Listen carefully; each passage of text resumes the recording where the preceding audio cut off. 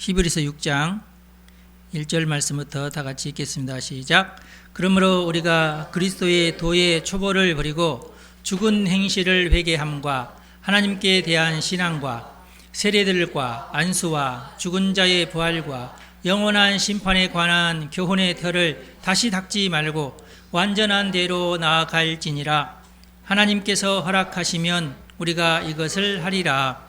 한 번 빚을 받고 하늘의 은사를 맛보고 성령에 참여한 바 되고 하나님의 선한 말씀과 내세의 능력을 맛보고도 타락한 자들은 다시 새롭게 하여 회개하게 할 수 없나니 이는 그들이 하나님의 아들을 다시 십자가에 못 박아 드러내놓고 욕되게 함이라. 땅이 그 위에 자주 내리는 비를 흡수하여 밭 까는 자들이 쓰기에 합당한 채소를 내면 하나님께 복을 받고 만일 가시와 엉겅퀴를 내면 버림을 당하고 저주함에 가까워 그 마지막은 불사름이 되리라. 사랑하는 자들아, 우리가 이같이 말하나 너희에게는 이보다 더 좋은 것 곧 구원에 속한 것이 있음을 확신하노라. 하나님은 불의하지 아니하사 너희 행위와 그의 이름을 위하여 나타낸 사랑으로 이미 성도를 섬긴 것과 이제도 섬기고 있는 것을 잊어버리지 아니하시느니라. 우리가 간절히 원하는 것은 너희 각 사람이 동일한 부지런함을 나타내어 끝까지 소망의 풍성함에 이르러 게으르지 아니하고 믿음과 오래 참음으로 말미암아 약속들을 기업으로 받는 자들을 본받는 자 되게 하려는 것이니라. 하나님이 아브라함에게 약속하실 때에 가리켜 맹세할 자가 자기보다 더 큰 이가 없으므로 자기를 가리켜 맹세하여 이르시되 내가 반드시 너에게 복 주고 복 주며 너를 번성하게 하고 번성하게 하리라 하셨더니 그가 이같이 오래 참아 약속을 받았느니라. 사람들은 자기보다 더 큰 자를 가리켜 맹세하나니 맹세는 그들의 다투는 모든 일의 최후 확정이니라. 하나님은 약속을 기업으로 받는 자들에게 그 뜻이 변하지 아니함을 충분히 나타내시려고 그 일을 맹세로 보증하셨나니 이는 하나님이 거짓말을 하실 수 없는 이 두 가지 변하지 못할 사실로 말미암아 앞에 있는 소망을 얻으려고 피난처를 찾은 우리에게 큰 안위를 받게 하려 하심이라. 우리가 이 소망을 가지고 있는 것은 영혼의 닷 같아서 튼튼하고 견고하여 휘장 안에 들어가나니 그리로 앞서가신 예수께서 멜기세덱의 반차를 따라 영원히 대제사장이 되어 우리를 위하여 들어가셨느니라. 아멘. 드디어 히브리서 6장입니다. 6장의 주제는 성숙한 그리스도인, 1절부터 3절까지는 초보적인 가르침을 넘어 성숙함으로 나아가라. 예, 완전한 대로 나아가라. 이런 고면이 있고 4절에서 8절은 배교의 위험성을 경고하고 있어요. 배교하지 마라. 다시 유대교나 또는 무신론자로 빠지지 마라. 회개가 불가능한 사람들도 물론 있어요. 그런 사람들에 대한 얘기가 나옵니다. 더 나은 것에 대한 확신을 가져라. 하나님의 약속들을 기업으로 받아라. 기업이 뭐예요? 대대손손 나에게 주어지는 어떤 끊임없이 이어지는 삶의 터전이 기업 아니에요? 하나님의 약속이 그런 거다. 하나님의 약속은 변함이 없고 반드시 이루어질 것들인데 하나님이 보증수표에 사인을 했으면 그건 영원한 거예요. 네, 대대손손 하나님의 약속이 계속 우리에게 있을 줄로 믿습니다. 하나님의 맹세와 소망의 닷. 하나님보다 더 큰 존재는 없으니까 하나님의 이름으로 맹세를 하셨어요. 자, 보증서 참 중요하죠. 여러분들도 핸드폰에 다 보증서 있잖아요.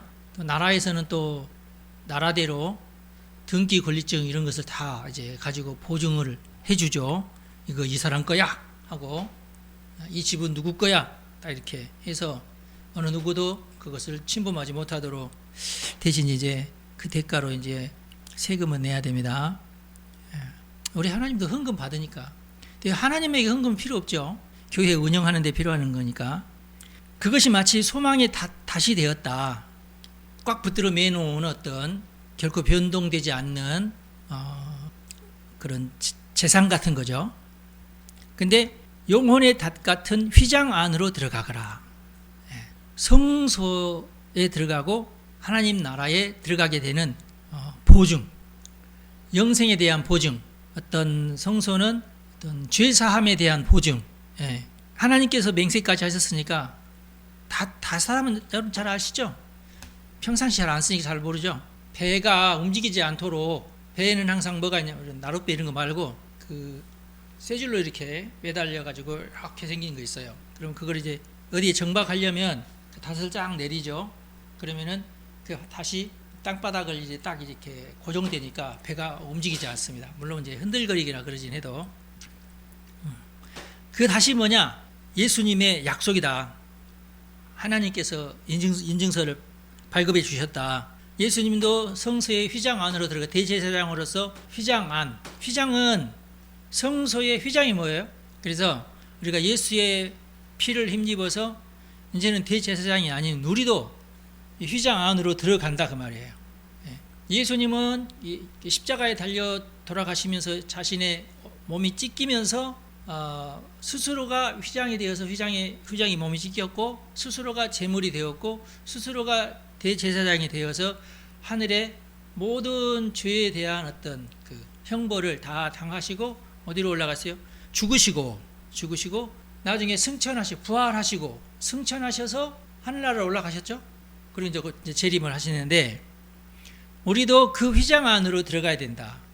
여기서 입성이라고 하는 우리도 천국에 가야 된다 그런 뜻이죠. 그래서 히브리서 6장이 어떻게 보면은 이제 중요한 그 배교를 막기 위해서 가장 강력한 안전장치를 걸어놓은 장이 히브리서 6장이다. 이렇게 보시면 돼요. 초보적인 가르침을 넘어 성숙함으로 가야 되지 않느냐. 1절에 보면은 그러므로 우리가 그리스도의 초보를 버리고 죽은 행실을 회개함과 하나님께 대한 신앙과 그랬어요.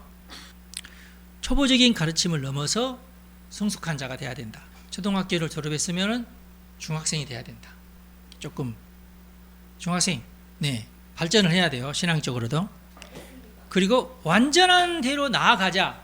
이 표현은 뭐냐면 우리 같이 함께 청유형 우리 같이 가자고 하는 그런 모습이죠. 청유형 가정법입니다. 우리가 같이 가면 된다. 바울이 내가 앞장설 테니까 너희들 같이 가자 그런 뜻이죠. 그런데 여기서 기초 교리가 6가지입니다.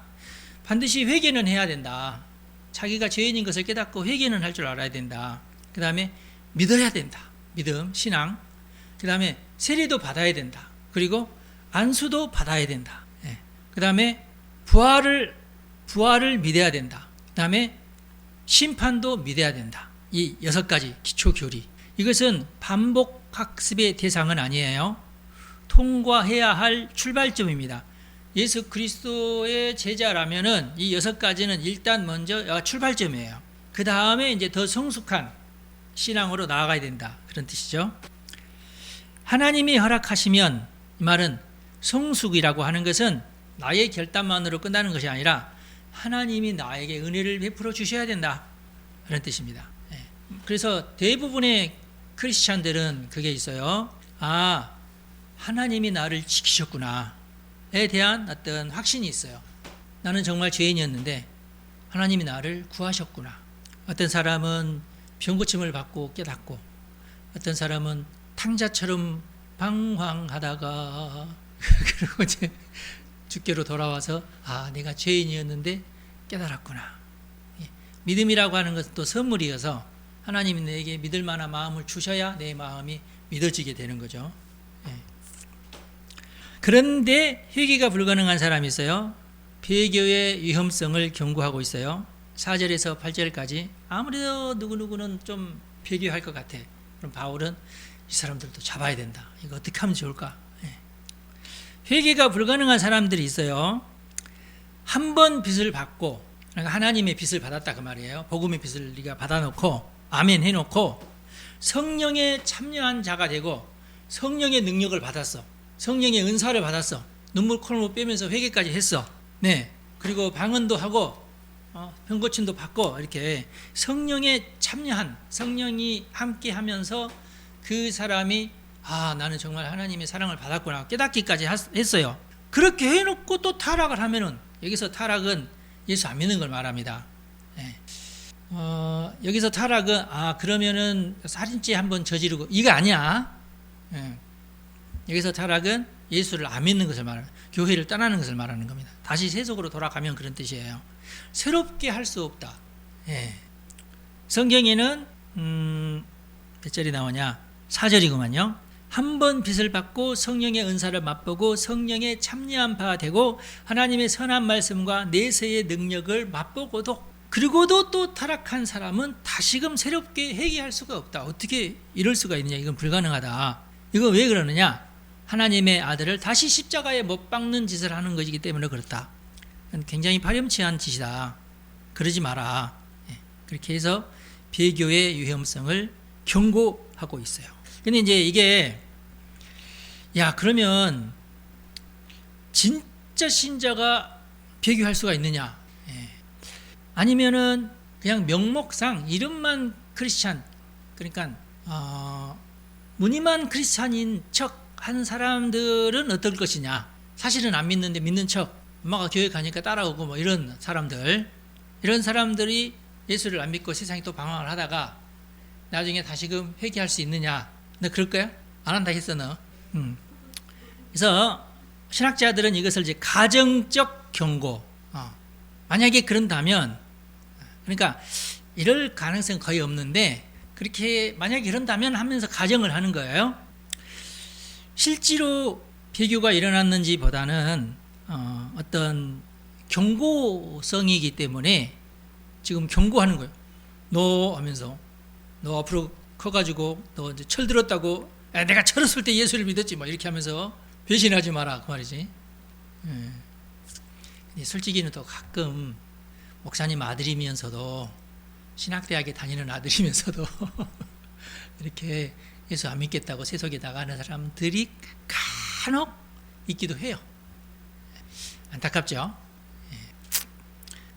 그래서 회개라는 것 자체가 우리가 생각할 때 자기 멋대로 해석할 수 있는데, 성경에서 말하는 회개에 대해서 쭉 연구를 해 나가다 보면은 참 뭐랄까 단순하지 않아요. 철저합니다.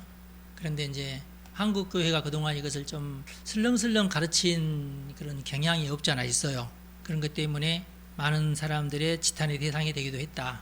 여기서 말하는 타락한이라고 하는 단어는 반복적 배교를 의미하지 않습니다. 단회적, 완결적 사건을 가리킵니다. 그러니까 진짜 신자이면서 한 번이라도 어떤 분명하고 확실한 어떤 배교가 일어난다고 하면 그것은 결정적인 사건이라는 것이에요. 예를 들어서 이제 십계명을 어기는 것이 아닌 이상 평상적으로 사람이면은 한두 번 실수할 수 있는 것은 있어요. 그런 것까지 하나님이 막 안 돼, 너는 이제는 이 선에서 너는 벗어났으니까 뭐 그러시진 않아요. 근데 이제 그렇다고 하더라도 그것이 아무런, 그러면 촉법 소년처럼 촉법 신앙자이니까 너는 괜찮아. 아는 아니에요. 아셨죠? 우리나라도 지금 촉법 가지고 말들이 많잖아요. 옛날이나 14살이었지, 옛날 14살짜리는 그렇게 나쁜 짓 안 했거든요. 근데 요즘 14살 아니라 12살짜리도 못된 짓 많이 하거든요. 그래서 내가 볼 때는 이 촉법에 관한 어떤 규율들을 조금 좀 새롭게 정의해야 된다. 근데 이제 왜 이걸 함부로 못하냐면, 그러면은 어마어마하게 많은 애들을 수용해야 되는데 예산이 어마어마하게도 들어가요. 그런 애로사항도 있고, 그리고 얘네들이 또 같이 뭉쳐놓으면은 또 지들끼리 더 악한 것을 또 배워서 또 나가. 아직 이게 잘 발달하지 않는, 결국에는 그걸 이제 부모들의 수하에 맡기면서 부모들에게 어떤 힘을, 벌을 줘야 되는데, 그 부모들도 어떻게 보면 솔직히는 그렇게 촉법소년을 만든 부모들은 올바르지도 않아. 또 사회적으로도 굉장히 약자들이야. 그러다 보니까 이게 굉장히 문제가 됩니다. 그래서 이걸 정말 곤란한 문제예요. 그러니까 결국 이게 뭘 말하느냐? 전체 사회가 도덕성이 전체 국민들의 도덕성이 높아지지 않은 이상은 어렵게 된다. 그거예요. 근데 지금 이 전 세계 추세가 어떻게 돼요? 민주당이나 공산당 추세들은 공산당이나 민주당이나 요즘에 거의 비슷비슷한 그런 상황이 돼버려서 민주당들이 지금 애매한데 지금 민주당이 이렇게 그 막 득세한 지역에서는 그 국민의 의식 수준이 어마어마하게 땅으로 막 꺼져버렸어요. 그러니까 중국인들하면 전 세계인들이 지그시 아우 저 중국이 이렇게 되잖아요. 우리나라에도 며칠 전에 보니까 유튜브에 보니까 청계천이 막 들어가가지고 10원짜리 없고 100원짜리 500원짜리 막 주워가지고 긁어가지고 간 사람들 그것이요 1년에 한 번씩 긁어 모으는데 한 번 긁어 모을 때마다 한 4억 얼마 된대요. 그것도 보통 일이 아니야, 그렇지?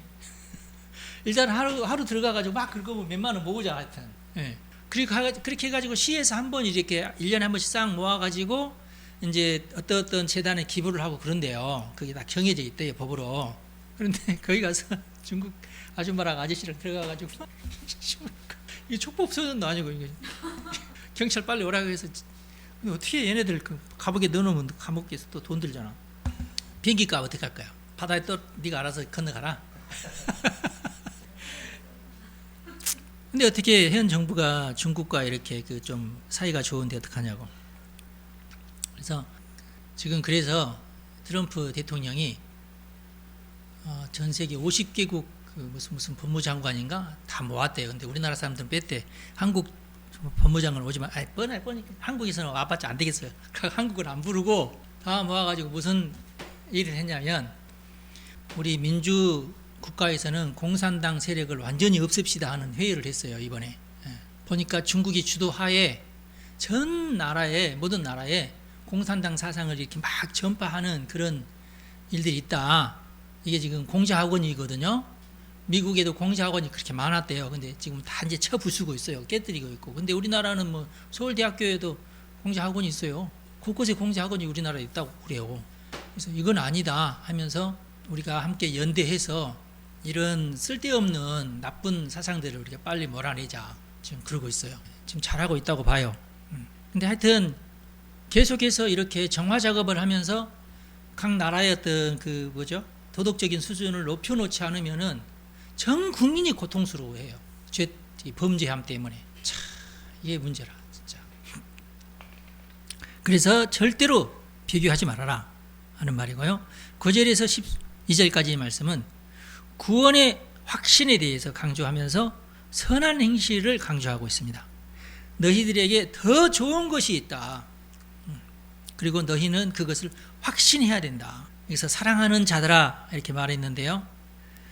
히브리서 전체 이곳에만 이렇게 사랑하는 자들아 하고 따뜻하게 지금 얘기니까 좀 뭐랄까 좀 바울이 조금 따뜻한 말로 권면을 해서 우리 이렇게 하자. 비교하지 말고 우리 이렇게 하자. 이제 그런 모습이죠. 관계적 긴장을 완화해서 우리 서로 섬기면서 살자. 성도를 섬겨라. 그리고 너희들이 과거에 이렇게 성도를 섬기는 일을 했지 않느냐. 하나님이 너희들의 그 수고를 잊지 않으신다. 그러니 게으르지 말고 믿음과 오래 참음으로 하나님의 약속을 상속받아야 되지 않겠느냐. 11절에는 소망의 풍성함에 대해서 12절에는 오래 참음으로 이것이 둘이 서로 결합을 해서 하나님의 약속을 상속받아야 된다. 기독교 성경은 하나님의 약속을 상속받는 것을 굉장히 소중하게 여깁니다. 그러면 여러분들은 내가 예수를 믿으면 내가 복을 받아야지. 아브라함처럼 겨우 이삭이 복을 받고 이삭도 조금밖에 못 받고 야곱이 조금 더 받고 야곱도 조금만 더 받았지 왕창 받은 것은 그 다음에 요셉부터 왕창 복을 받았잖아요. 그러면 아브라함은 복을 못 받고 맨날 이렇게 떠돌아다니면서 사라하고 같이 덜덜덜 떨면서 아니면은 가뭄에서 쫄쫄쫄 굶다가 아들 준다고 해서 수십 년 기다린다 안 주고 결국 100살 때 하나 받고 꼴랑 한 명 받고 이스마엘이라고 또 줬는데 얘는 아니라고 그러고 또 바치라고 그러고 이삭도 평생을 살지만은 꼴랑 2명 낳고 그것도 쌍둥이 딱 한 번 낳고 말고 이 좀 그렇잖아 이게 도대체 뭐 약속이 뭐냐고 뭐 이렇게. 왜 그럴까요? 하나님 왜 이렇게 좀 야박하고 그러실까요? 하나님의 방법이니까 우리가 어떻게 판단할 수도 없고 뭐라 할 수도 없지만은 하나님의 약속이 그런 것 같아요. 그렇다고 해서 아브라함이나 이삭이나 야곱이 불행하거나 그랬느냐? 그렇지는 않다. 우리가 창세기를 공부하면서 알겠지만은 아브라함이 그렇게 썩 훌륭하게 살거나 그러진 않았어요. 그렇지 않나요? 아내가 자기 아내가 아니라 나 우리 속여 먹자고 너 내 동생이라고 해라 뭐 이렇게 하면서 그러기를 2번이나 하고 뭐 이삭도 좀 그런 식이잖아요. 약간 세속적으로 이렇게 살고 이런 식이잖아요. 완벽하게 아무런 잘못도 없이 끝까지 처음부터 끝까지 변함없는 어떤 올바른 성도로 살았다고 친다면 요셉부터예요. 그렇죠? 야곱도 별로 진짜 뼈 빠지게 고생하면서 이렇게 했긴 했지만 크게 특출나거나 뛰어난 그런 존재는 아니잖아요. 아브라함이나 이삭이나 야곱이. 요셉부터 특출난 천재는 그러니까 각 집안에도 하나씩 있는데 희귀하게 나오는 거지 나는 모든 아들들이 다 천재거나 뭐 그러지는 않잖아요. 그나마 이제 아브라함에게서 우리가 배울 수 있는 것은 약간 부족하고 연약한 어떻게 보면 점수 떨어지는 그런 삶을 살았지만 아브라함이 하나님을 믿었다는 것 가지고 하나님이 그에게 복을 주십니다. 할렐루야. 네, 그럼 걱정하지 마세요, 여러분. 저도 부족한 목사로서 생각하는 거 뭐냐면 내가 연약하고 부족하지만 하나님도 나를 무시하거나 그러시진 않는다. 저는 그건 믿어요. 아셨죠? 나도 믿으니까 여러분도 믿어. 여러분들 똑같이 나처럼 난 그렇게 생각 않고 나는 목사 중에 연약하고 부족한 목사지만 그래도 하나님은 나를 사랑하시고 나에게 은혜를 베푸신다. 난 그걸 믿어요. 그리고 그게 좋아요. 다윗의 이야기에 보면은 나단 선지자가 다윗에게 나타나서 이렇게 얘기합니다. 아유, 저기 이런 일이 있었다고. 뭐냐고. 부잣집 사람이 있었는데 그 앞에 가난한 한 사람이 살고 있었다. 그래서 부자가 품삯으로 양을 한 마리 주면서 이거 가져가시라고. 가져가시 키우라고. 그래서 이 가난한 사람 너무 좋아가지고 마치 딸처럼 품에 안고 같이 차고 그랬는데 이 부자에게 손님이 왔습니다. 근데 이 부자가 자기의 살찐 양을 잡기 싫어가지고 그 앞집에 사는 그 가난뱅이한테 가가지고 야, 너 내가 줬던 양 다시 내놓으라 해가지고 다시 뺏어가지고 그 양을 잡아가지고 손님을 대접했습니다. 그래서 다윗이 노발대발하면서 그런 놈이 어디 사냐고 몇 번지에 사냐고 당장 여봐라 몇 번지 사는 아니 그게 아니라 다윗 당신이 바로 그 부자라고. 밧세바 사건 얘기하는 거죠. 그때의 다윗이 펑펑펑펑 울고 깨닫고 눈물로 아주 그냥 회개하고 그런 일이 있었잖아요. 우리 하나님은 양새끼 한 마리 품에 안고 잠을 청하고 그 새끼를 돌보고 하는 사람도 우리 하나님은 기억하신다 그런 뜻이에요. 부자에 비하면 아무것도 아니지만 하나님은 그 연약한 양 한 마리밖에 없는 가난뱅이에게도 하나님은 그 마음이 가 있으시다 하는 거예요. 성경에서 그냥 아무 어떤 의미 없는 예화를 성경에 기록하거나 그러지 않아요. 다 의미가 있고 여러분들이 그 양 한 마리밖에 없는 농부일 수 있고 여러분이 꼭 그 농부가 키우는 양 한 마리일 수 있고 그래요. 인생이라는 게 그래요. 크고 높으신 하나님에 비하면 우리는 연약한 한 마리의 양일 수 있어요. 그래서 우리는 항상 겸손해야 된다. 그 다음에 13절에서 20절까지의 말씀은 아브라함에게 하신 하나님의 맹세를 기억해라. 하나님은 불변하시다. 하나님의 맹세와 약속은 변치 않는다. 아브라함에게도 그렇게 했지 않느냐. 내가 너희의 자손을 하늘의 별처럼 바다의 모래처럼 많아지게 하겠다. 하나님, 그저 그냥 이삭 한 놈이라도 하나님 앞에서 잘 되게 해 주십시오. 아니야. 너의 자손이 하늘의 별처럼.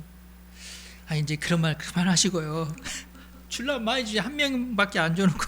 근데 하나님은 그 이삭 한 명을 가지고 어마어마한 일을 하시는 분이십니다. 하나님의 약속은 불변하시다. 거기에 대한 소망을 우리가 가져야 됩니다. 소망이라고 하는 것은 영혼의 닻이다. 우리 영혼에 닻이 있다면 그것이 바로 소망이다. 소망이 있어야 배가 움직이지 않고 딱 정박을 해 있는 것 같다. 소망이 없으면 어떻게 돼요? 믿음, 소망, 사랑 이 세 가지가 항상 있을 것인데 이 소망이 뭐예요? 하나님의 약속이에요. 그러니까 하나님 나는 믿습니다. 나는 앞으로 큰 돈을 벌어서 부자가 될 줄로 믿습니다. 이게 나의 소망입니다. 그게 소망이 아니에요. 하나님의 약속이 소망이에요. 하나님의 약속. 하나님께서 내게 주신 하나님이 내가 너를 영원히 너를 보호해 주겠다. 너를 구원해 주겠다. 나는 너의 하나님이 되어 주겠다. 이게 하나님의 약속 아니에요. 그러니까 이 소망이 우리 영혼의 닻이다. 우리 영혼은 어디에 정박해 있어요? 하나님이 우리와 함께 하시겠다고 하는 그 약속, 그 약속에 우리의 영혼이 정박해 있다 말이에요. 그 다음에 히브리서 6장에서 말하는 영혼의 닷은 뭐냐? 휘장 안으로 들어가신 예수님이 우리의 영혼의 닷이 된다. 근데 예수님을 믿는 건 하나님을 믿는 거랑 똑같은 거죠. 하나님과 예수님과 성령님은 같은 하나님이시니까 우리가 하나님에 대한 소망이 우리 영혼의 닷이 된다. 변함이 없는 하나님. 모피트라는 신학자는 휘장 안을 단순한 은유가 아니라 예수님의 실제를 말하고 있다. 예수님의 어떤 휘장 안이라고 하는 것이 아까도 얘기했듯이 번제단을 말하는 거잖아요. 번제단이 아니라 그 언약궤를 얘기하는 거죠. 하나님의 약속이라는 언약궤. 그 언약궤 안에는 뭐가 들어있어요? 십계명 돌판이 들어있어요. 결국 하나님의 말씀이, 하나님의 계명이 들어있다는 거고. 언약궤 위에가 그 평평한데 거기 위에다가 그거 보고 속죄소라고 그래요. 언약궤 위에 속죄소가 있어요. 언약궤 위에 속죄소라는 뚜껑이 속죄소예요. 뚜껑이 속죄소고 그 뚜껑 위에 그 천사 형상의 뭐가 있죠? 그룹이 이렇게 있죠. 그룹 날개를 쫙 펴고, 천사 형상의 그룹은 결국 하나님이 파송하신 천사가 우리를 보호한다니 그런 의미도 있는 거고. 근데 그렇게 하려면 어떻게 해야 돼요? 그 속죄소 위에 1년에 한 번씩 양의 피를 거기다 쏟아야 돼요. 양의 피를 쭉. 그 양의 피가 누구의 결국은 예수님의 보혈을 의미하는 거죠. 매번 계속해서 해마다 한 번씩 그렇게 해야 되는데 예수님의 보혈은 영원한 분의 보혈이기 때문에 한 번으로 끝나지 않고 영원합니다.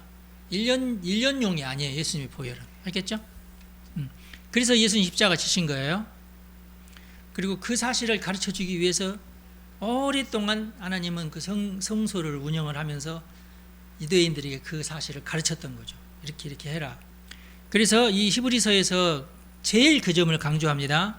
예수님의 십자가 사건, 예수님의 부활 사건, 예수님의 승천 사건이 전부 이 휘장 안에서 이루어진다. 예수님의 피가 바로 휘장 안에 있는 법궤 위에 있는 속죄소, 속죄를 하는 장소라는 뜻이죠. 속죄하는 장소.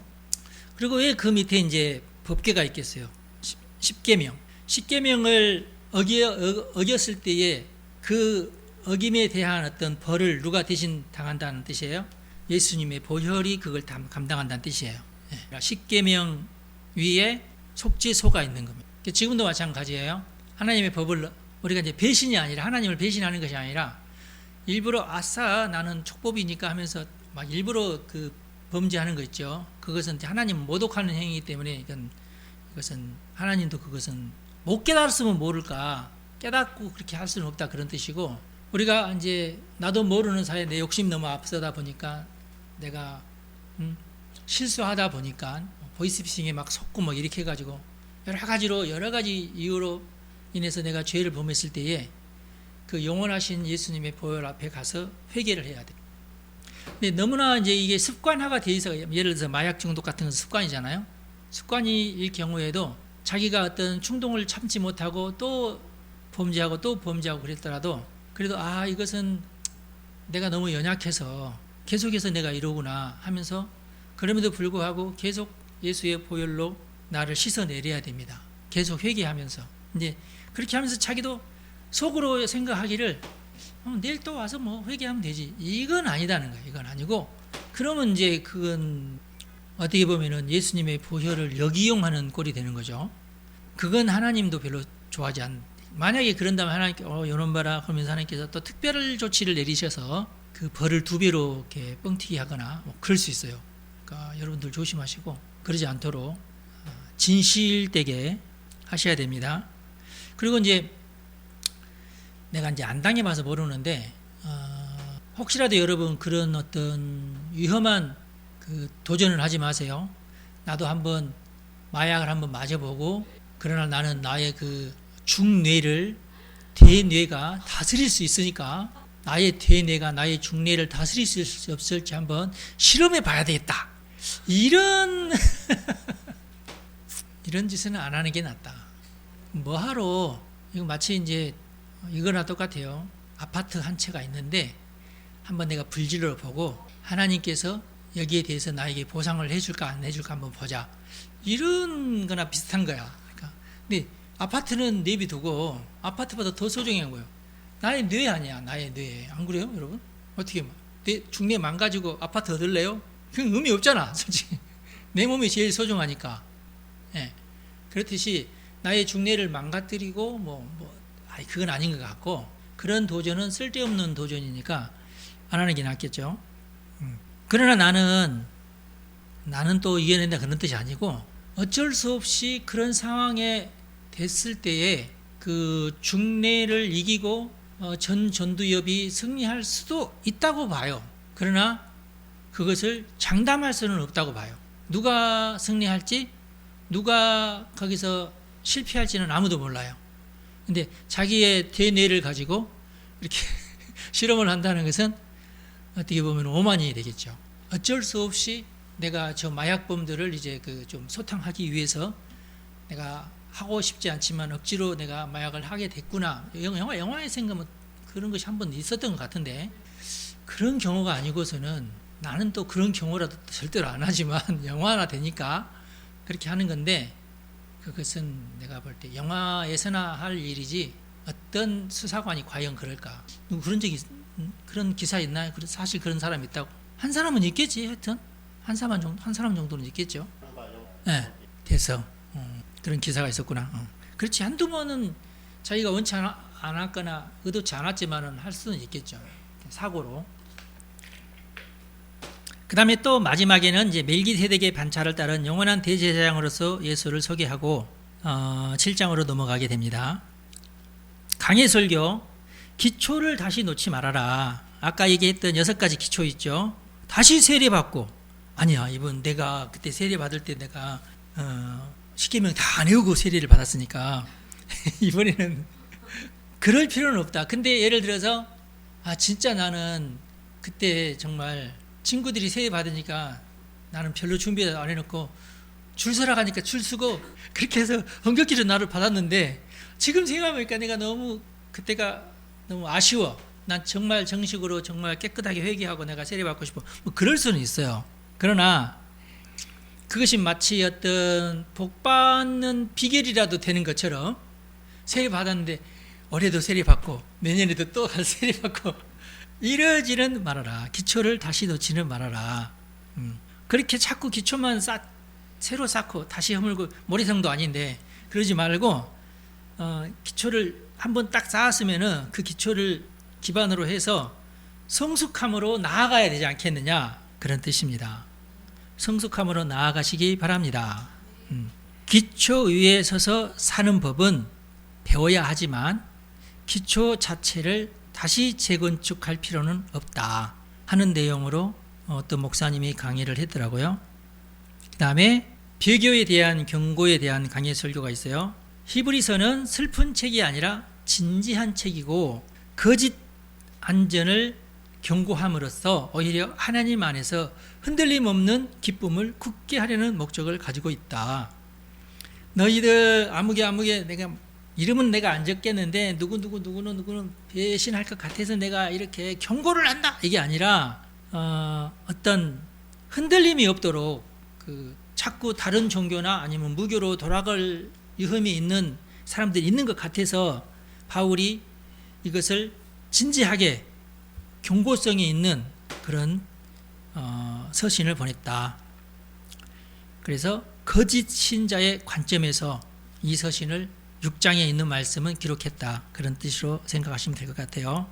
교회에 속해 있고 구원받은 것처럼 보이는 사람들을 가리켜 말하고 있지만 위기의 순간에 본색이 드러나서 그리스도를 부인하고 유대교나 세상으로 돌아가는 사람들이 있을지도 모른다는 그런 가정하에 이제 이런 말씀을 쓴 것이다. 그리고 이분은 또 이제 강하게 애초에 회개한 적이 없다면 다시 회개시킬 수도 없다. 본인이 자발적으로 진짜 회개를 하는 것이지, 이 회개라고 하는 것은 이제 너 그러면은 다시 회개해. 그 말이 안 되죠.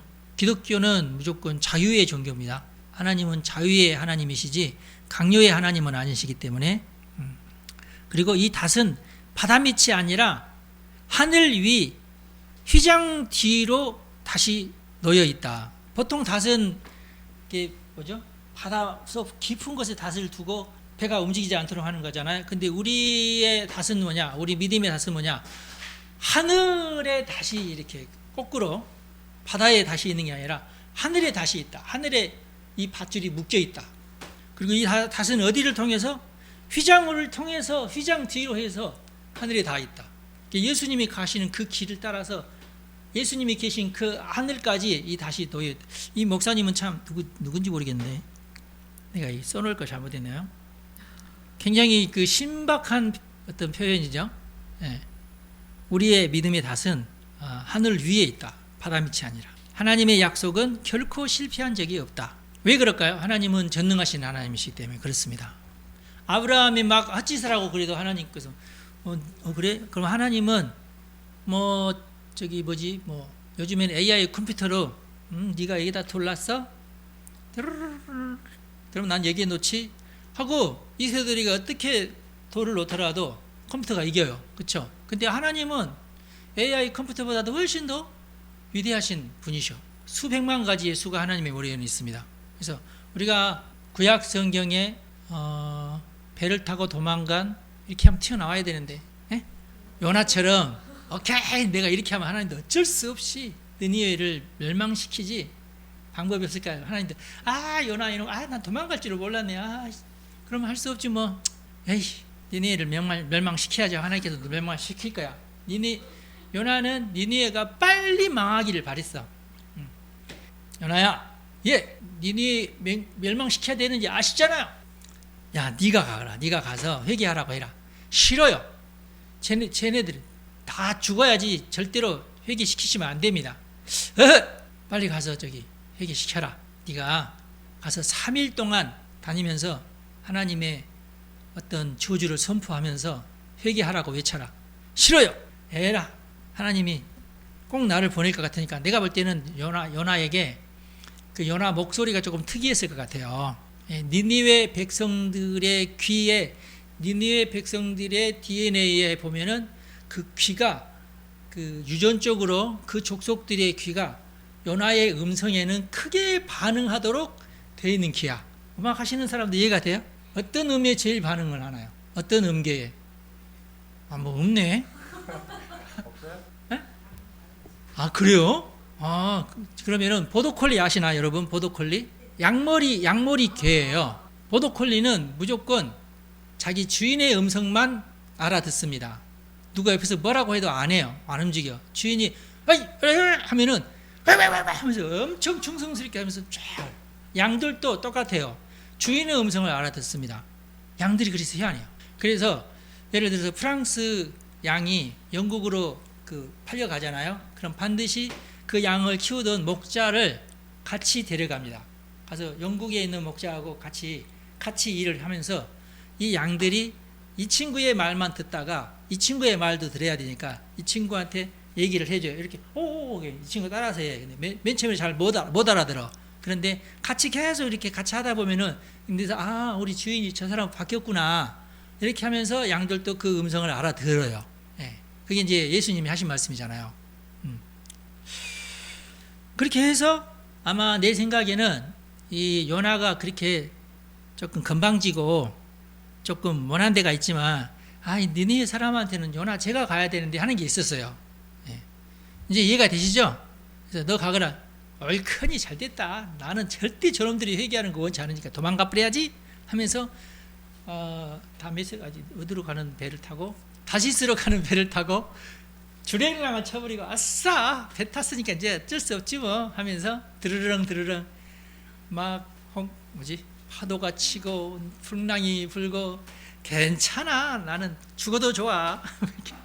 그래서 하나님께서 사람들을 충동시켜 가지고 요나를 잡아서 바다에 집어 던져버려라. 그래서 집어 던져버렸더니 고리가 와가지고 얼큰 그렇게 해가지고 니니에 가까운 해변에 가가지고 토해내게끔 했잖아요.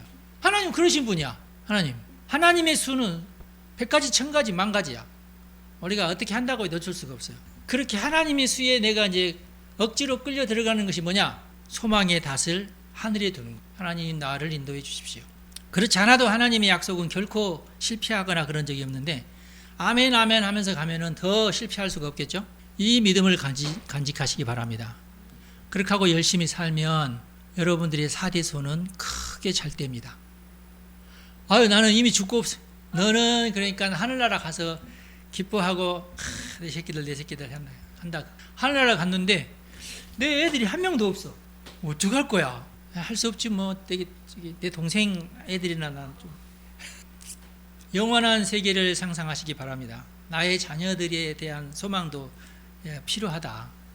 여러분 그거 절대로 뭐 이 세상 까짓 거 나만 혼자 잘 먹고 잘 살면 됐지 그러기보다는 성도를 많이 만드시기 바랍니다.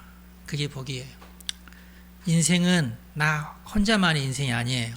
하나님은 변함없는 하나님의 약속도 그래서 변함이 없습니다. 소망의 닷을 우리가 내리는 이유는 하나님이라고 하는 보증수표를 믿기 때문입니다. 절대로 실패한 적이 없어요.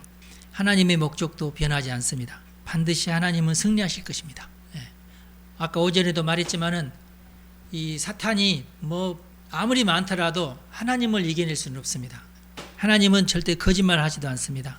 그러므로 히브리서 6장에 보면은 하나님보다 더 큰 맹세가 있을 수 없으니까 하나님 자신을 두고 맹세를 했다. 그 하나님의 약속 이것은 변함없는 너무나 확실한 소망이다.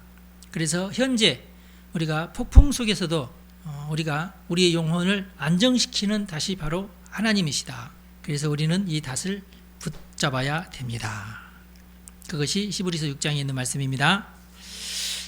기도하겠습니다. 하나님 아버지 감사합니다. 오늘은 히브리서 6장에 있는 말씀을 가지고 하나님의 은혜를 생각했습니다. 우리 성도들을 축복합니다. 끝까지 변함없이 오직 믿음으로 하나님의 약속을 굳게 붙잡는 우리 성도들이 다 되게 하여 주옵소서. 고난당하고 있는 우리 성도들을 주님께서 지켜주시고 그들의 앞길을 선하게 인도하여 주시어 마침내 승리하게 하옵소서. 우리 주 예수님의 이름으로 기도합니다. 아멘. 여러분 축복합니다.